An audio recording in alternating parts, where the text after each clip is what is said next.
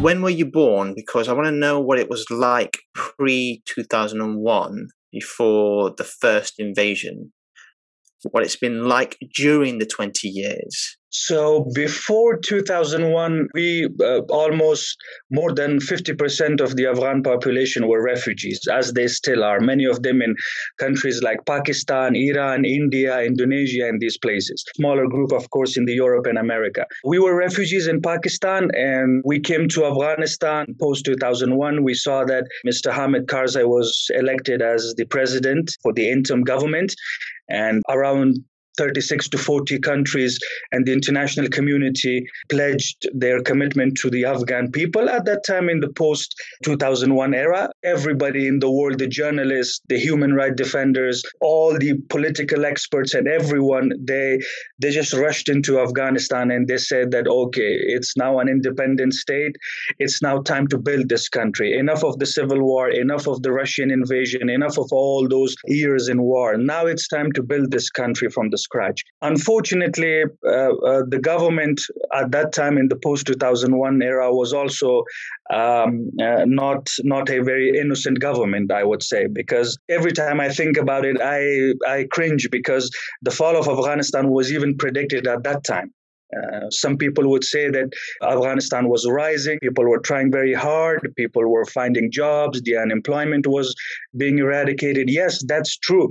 But people were predicting this day even in 2002, 3, 4, and until 2021, because we knew that this is imminent, this will come. When we as a youth and the women of Afghanistan, when we talk about what the post-2001 era contributed to the rebuilding of Afghanistan, yes, it did. It significantly changed people's lives. But unfortunately, the lack of commitment from the government at that time was absolutely embarrassing. Their sense of apathy, their corruption, the warlords, they just took control of the power and everything was disaster. But then when Ashraf Ghani came to power in 2014, he contested the election with Mr. Dr. Abdullah at that time. Then we had some hopes. We thought, okay, this is an educated president. He was a professor at the Stanford University. He wrote dozens of books on how to fix broken states.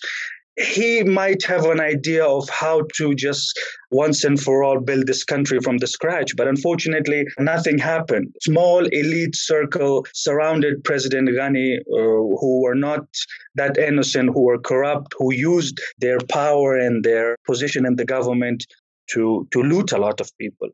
To take the money that was supposed to be spent on the construction of the roads, the companies, the schools, universities, bridges, and the institutions in Afghanistan, most importantly. They took that money and they promised us, okay, we are building something, we are building a state for you, but unfortunately, we didn't know what's exactly happening behind the curtains. And when all of a sudden the youth and I would call it the woke generation finally realized that there might be something cooking behind the scene, we just said, okay, this is not fair, because you have to tell us. Our government owes us an explanation. They should tell us that whether the peace talks in Doha will have a result, the peace talks with Pakistan will have a result, the involvement of the United States will contribute. Unfortunately, no one in the government tell us the truth, and we were in a total dark.